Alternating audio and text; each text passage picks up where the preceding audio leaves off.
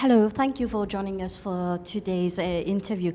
So, my first question to you is what is Liquid Telecom up to in Zambia? What are the projects that you're working on? Okay, thank you so much, Priscilla. Um, as you know, Liquid Telecom is currently the biggest pan-African company in terms of fiber infrastructure. And currently in Zambia, we have rolled out fiber to the homes. We've actually done about 1,500 homes, and currently we have covered about 15,400 houses in terms of rollout.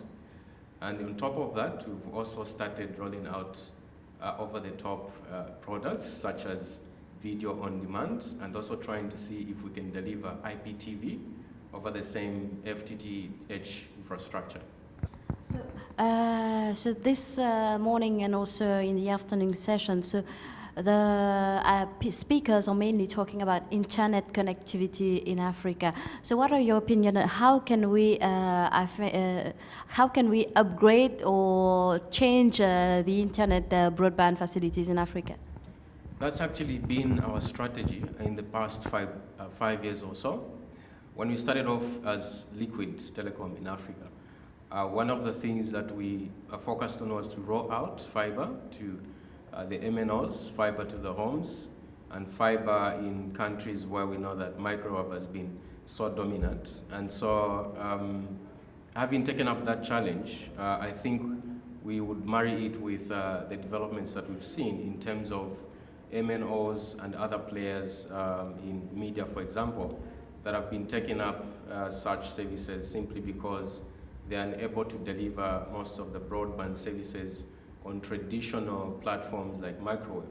So we've actually seen an uptake of this technology, and the trend actually does show us that even in terms of quality of service, this is something that has been appreciated in the industry.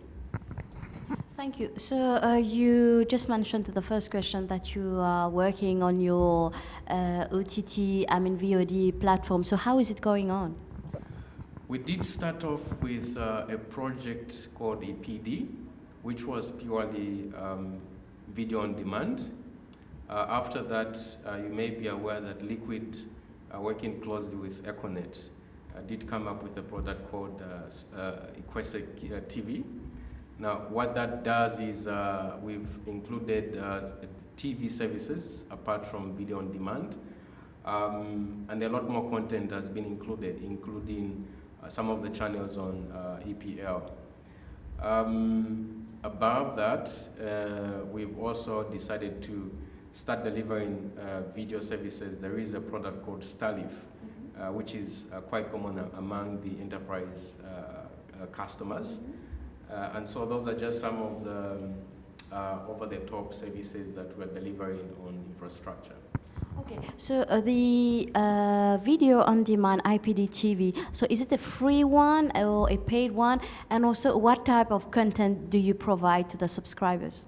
Okay, so I'll give an example. So if you buy, say, bandwidth service, on top of that, you can buy the TV service as well, the video on demand service. So it comes as a separate product. You can buy it alone without the bandwidth, or you can buy the bandwidth with the video on demand product. And apart from that, the product has been structured in such a way that it's in different categories. There are those that are in the corporate world and would like to get it as a product for their employees, and there are those that are in the mass market that can buy it as a product as well. Yeah, so it's in different categories. And the content that is most consumed. Yeah. So the catalog of content varies.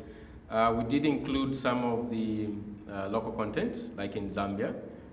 We did include the Western content as well, and the regional content. So, for example, we had a few items that covered Asian catalog. We also had a catalog for European movies.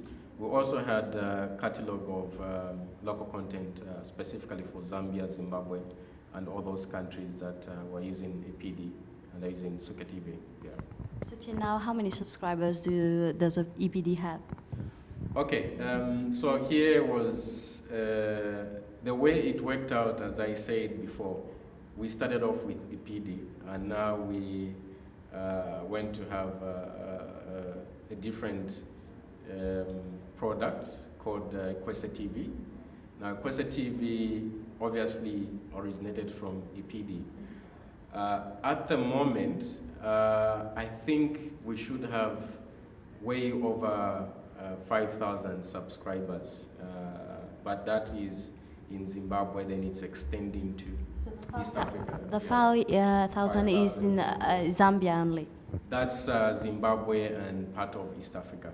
In Zambia, we are slightly below 1,000. And so obviously we expect that those numbers will ramp up even as the service and more content is added. So what is Liquid Telecom doing to maximize subscribers? I think it all borders around adding of content. I think when this product was launched, what we didn't have, for example, is EPL. And we all know that that's a very popular sport. Everyone wants to watch the European or the English Premier League. And I think after it was added, we did see the numbers ramping up. So it does come out clear that it all depends on the content that you're adding. And I think in future that should be the strategy as well. As more content, more popular content is added, we expect the numbers to ramp up as well. Thank you very much for the interview. Thank you so much.